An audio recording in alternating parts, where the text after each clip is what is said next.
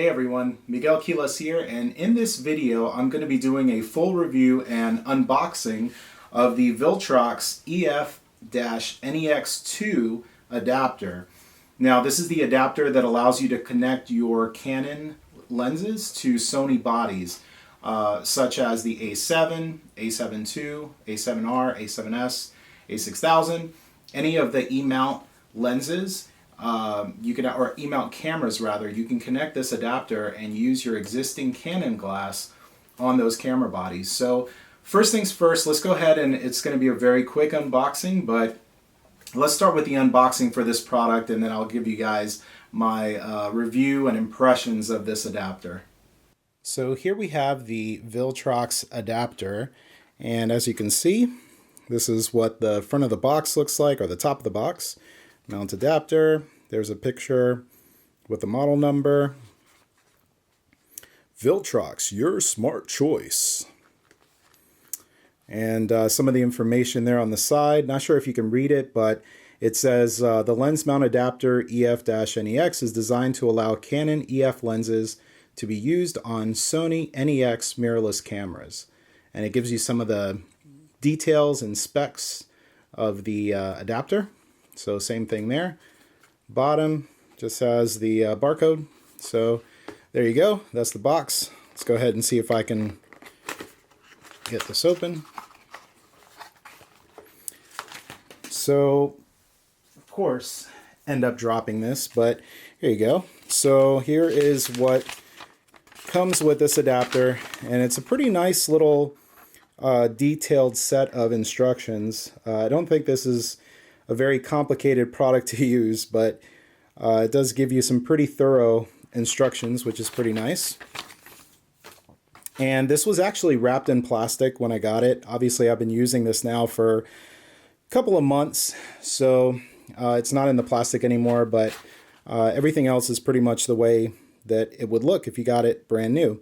So here's the adapter. Kind of spin this around here so you can see Viltrox mount adapter, rotate it around. The nice thing is it does have the little tripod adapter, so that kind of helps when you're using some of the heavier Canon lenses. You can actually just mount that to a tripod and it keeps it pretty steady. So I really like that. It's very, I don't know if you can really tell from the video, but it's kind of a metal or aluminum. It feels like a really sturdy type of product. I mean, I can squeeze this in my hand and, you know, it's not going to bend or warp or anything like that. It does have the contacts, so you do have autofocus capabilities with this particular adapter, which is kind of nice. The other thing too, which I just tried it earlier today, but this actually comes off as well. So if you want to use this without this little tripod piece, you can just take the threading here, take the screw out, and that's what it looks like. So yeah, that's pretty much all there is to this. As you can see, there's no mirror, there's no glass or anything. Doesn't really need it.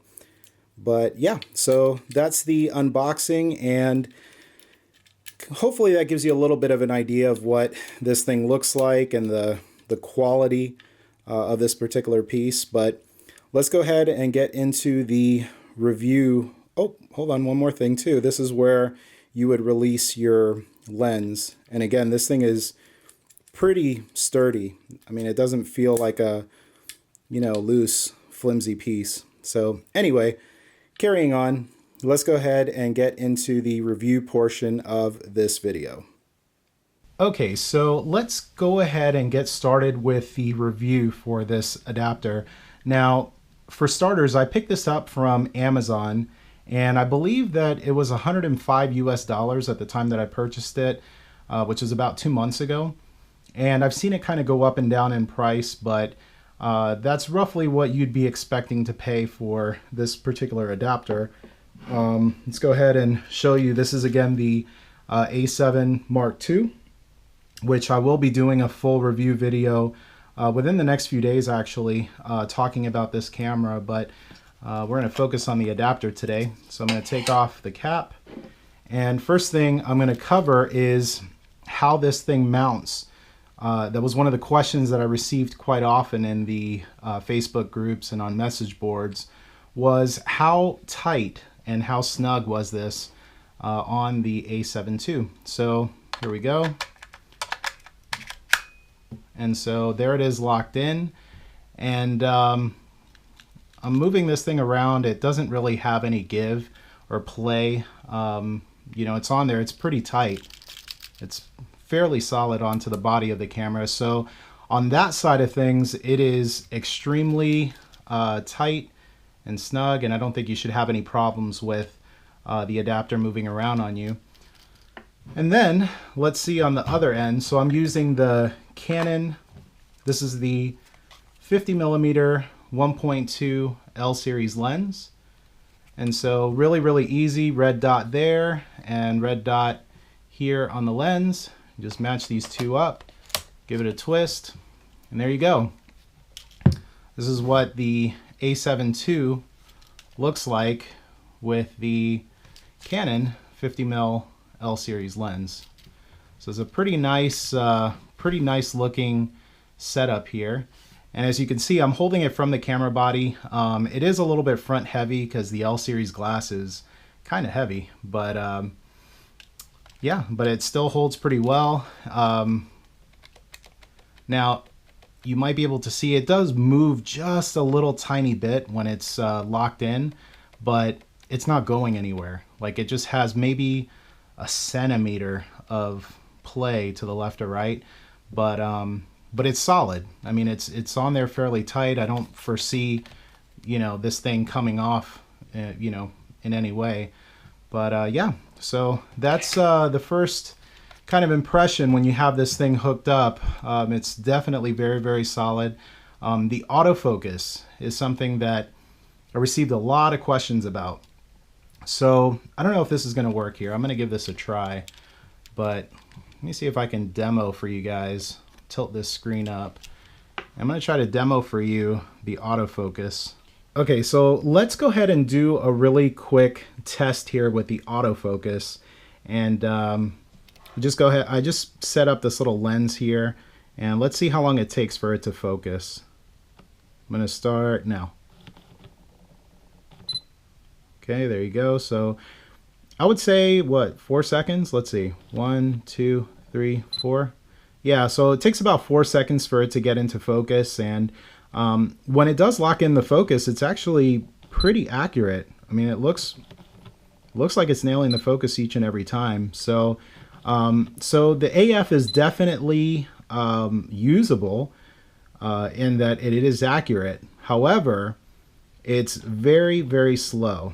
So I don't know if this is going to be something that you could really get a ton of use out of in autofocus, but in manual focus, it's actually quite a bit better. So I'm going to go ahead and demonstrate the autofocus feature here. So I'm going to lower the camera just a little bit more. And really sorry that it's out of focus. I'm using a one of these little action cameras to record this, and but hopefully you guys can kind of get the idea. I actually tried showing this when I did my demo at Adorama, and it didn't really work because it doesn't show on the TV. It only shows on the monitor, the focus peaking. But this is one of the big advantages to me of using this particular adapter, is the focus peaking. And so as you can see, the things that are in focus are all lit up red. And so that's how you would focus manually. So if I twist the ring, you'll see that the red parts are what's in focus, and they will change based on how I rotate this manual focus ring. So the other thing is I've set my custom function buttons here. So the C2 is actually focus magnification.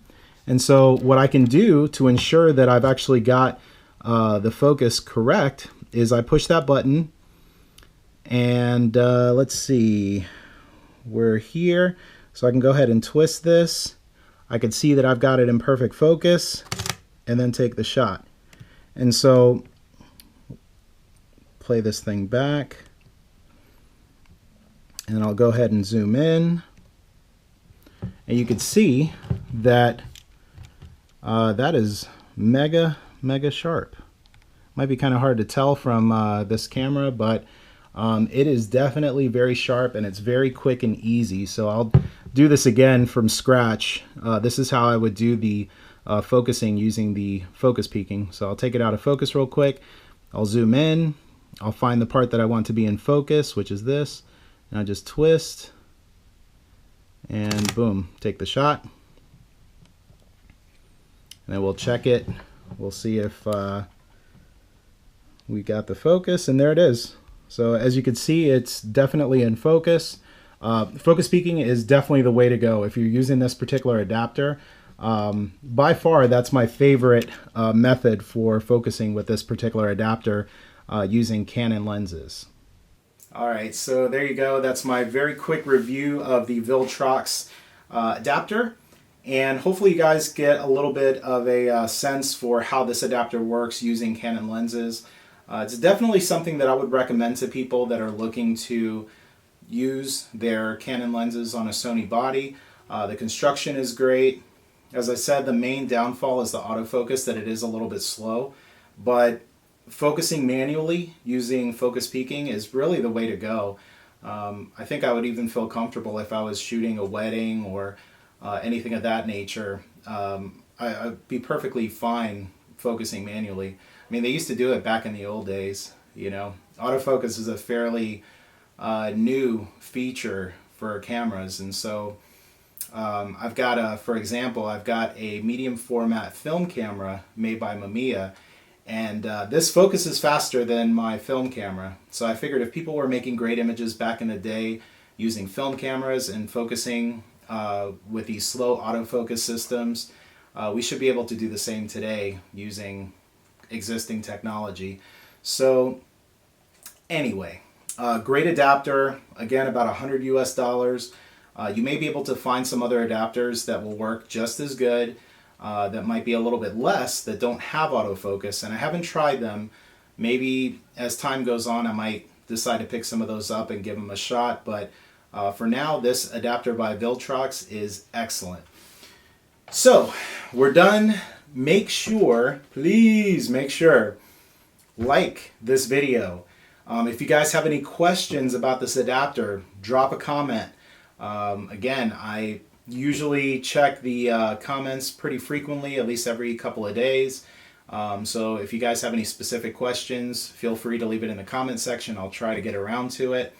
But again, thank you guys so much for watching. Share this with your friends if you think that it might be a benefit to them, because it does help me to create more videos like this in the future. So thank you guys so much. Enjoy, and happy shooting.